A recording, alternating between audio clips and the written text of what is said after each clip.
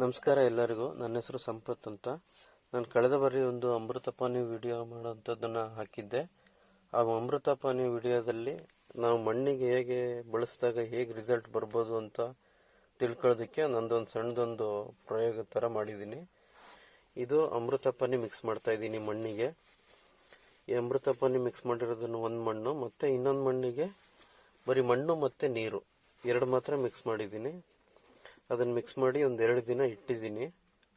ಅದಾದಮೇಲೆ ಮಣ್ಣು ಪರೀಕ್ಷೆ ಜೈವಿಕ ಕೇಂದ್ರ ಶಿವಮೊಗ್ಗದಲ್ಲಿ ಅದನ್ನು ಮಾಡಿಸಿದ್ದೀನಿ. ಪರೀಕ್ಷೆ ಮಾಡಿಸಿದಾಗ ಪೊಟ್ಯಾಷಿಯಮ್ಮು 76% ಜಾಸ್ತಿ ಆಗಿದೆ, ಕ್ಯಾಲ್ಶಿಯಮ್ಮು 266% ಜಾಸ್ತಿ ಆಗಿದೆ, ಐರನ್ನು 73% ಜಾಸ್ತಿ ಆಗಿದೆ, ಮೆಗ್ನೀಷಿಯಮ್ಮು 31% ಜಾಸ್ತಿ ಆಗಿದೆ.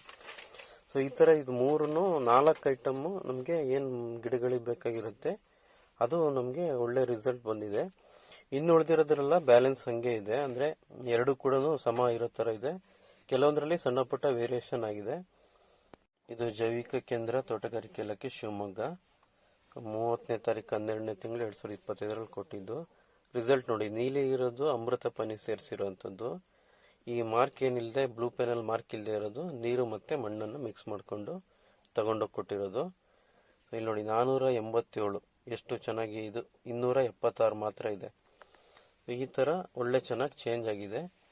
ಆದರೆ ಇದು ಪೂರ್ತಿ ಈ ಥರ ಚೇಂಜ್ ಆಗಿರೋದಕ್ಕೆ ಕಾರಣ ಏನು ಅಂತಂದರೆ, ನಾನು ಪ್ಯೂರ್ಲಿ ಅಮೃತಪಾನಿನ ಅದಕ್ಕೆ ಮಿಕ್ಸ್ ಮಾಡಿದ್ದೀನಿ. ಆ ಥರ ಮಿಕ್ಸ್ ಮಾಡಬಾರ್ದು.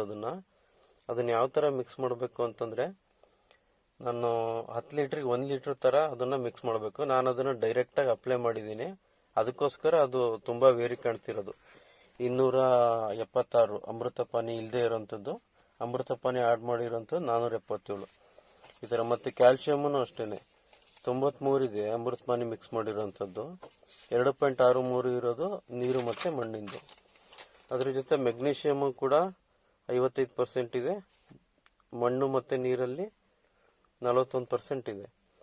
ಸೊ ಈ ಥರ ಮೇಯ್ನ್ ಇದರಲ್ಲಿ ಏನು ನೋಡಬೇಕು ಅಂತಂದರೆ, ಪೊಟ್ಯಾಷಿಯಮ್ಮು ನಮಗೆ ಬಿಳಿ ಬೇರು ಬೆಳವಣಿಗೆಗೆ ಕೆಲಸ ಮಾಡುತ್ತೆ, ಮತ್ತು ಹೂವು ಹಣ್ಣು ಹಿಡಿಯೋದಕ್ಕೆ ಚೆನ್ನಾಗಿ ಕೆಲಸ ಮಾಡುತ್ತೆ, ಅದರಿಂದ ಇಳುವರಿ ಬರುತ್ತೆ. ಕ್ಯಾಲ್ಶಿಯಮ್ಮನ್ನು ಕೂಡ ಅಷ್ಟೇನೆ, ತನ್ನ ಜೀವಕೋಶಗಳನ್ನು ಬಲಪಡಿಸ್ಕೊಂಡು ಅದನ್ನು ಗಟ್ಟಿಯಾಗಿ ಮಾಡ್ಕೊಳ್ಳೋದಕ್ಕೆ, ಬೇರು ಮತ್ತು ಎಲೆಗಳ ಬೆಳವಣಿಗೆಯಲ್ಲಿ ಸಹಾಯ ಮಾಡುತ್ತೆ. ಇನ್ನೊಂದು ಮೆಗ್ನೀಷಿಯಮ್ಮು ಸೂರ್ಯನ ಬೆಳಕನ್ನು ಹೀರ್ಕೊಂಡು ಆಹಾರ ತಯಾರಿಕೆಯಲ್ಲಿ ಮುಖ್ಯ ಪಾತ್ರ ವಹಿಸುತ್ತೆ.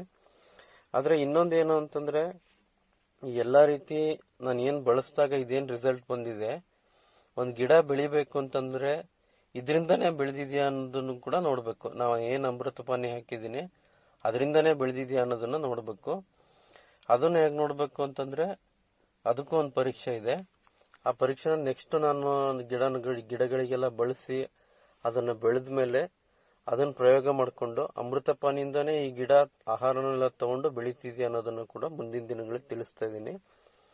ಮತ್ತು ಇದೇನು ಅಂತಂದರೆ, ನಾವು ಅಮೃತಪಾನಿನ ಯಾವ ಥರ ಬಳಸಬೇಕು ಅಂತಂದರೆ, ಸಣ್ಣ ಗಿಡಗಳಿಂದ ದೊಡ್ಡ ಗಿಡಗಳ ತನಕ ಒಂದು 200 ml, 300 ml, 500 ml, 1 ಲೀಟ್ರ್ ಈ ಥರ ಗಿಡಗಳು ಬೆಳೆದಂಗೆ ನಾವು ಅದನ್ನು ಅಮೃತಪಾನಿಯನ್ನು ಬಳಸಬೇಕಾಗತ್ತೆ. ನಾವೇನದು 10 ಲೀಟ್ರಿಗೆ 1 ಲೀಟ್ರ್ ಥರ ಹಾಕ್ಕೊಂಡಿರ್ತೀವಿ, ಅದರಲ್ಲಿ ನಾವು 200 ml, 300 ml ಈ ಥರ ಬಳಸ್ಕೊಂಡು ಗಿಡಗಳಿಗೆಲ್ಲ ಬಳಸ್ತಾ ಹೋದಾಗ ಗಿಡಗಳು ತುಂಬ ಚೆನ್ನಾಗಿ ಬೆಳೆಯುತ್ತೆ. ಮತ್ತು ಅದ್ರ ಜೊತೆಗೆ ಮಲ್ಚಿಂಗ್ ತುಂಬ ಮುಖ್ಯ ಆಗತ್ತೆ. ಹೊದಿಕೆ, ಎಲೆ ದರ್ಗು ಮತ್ತು ಒಣ ಎಲೆ, ಹಸಿ ಎಲೆ, ಸಣ್ಣ ಪುಟ್ಟ ಕಳೆ, ಹುಲ್ಲು ಈ ಥರದ್ದೆಲ್ಲ ಮುಚ್ಚಬೇಕು. ಅದೇನತ್ತೆ, ಒಂದು 45 ದಿನಗಳಲ್ಲಿ ಒಂದು ಫರ್ಮೆಂಟೇಷನ್ ಆಗ್ತಾ ಹೋಗುತ್ತೆ, ಅಂದರೆ ಹುದುಗುವಿಕೆ ಆಗ್ತಾ ಹೋಗುತ್ತೆ.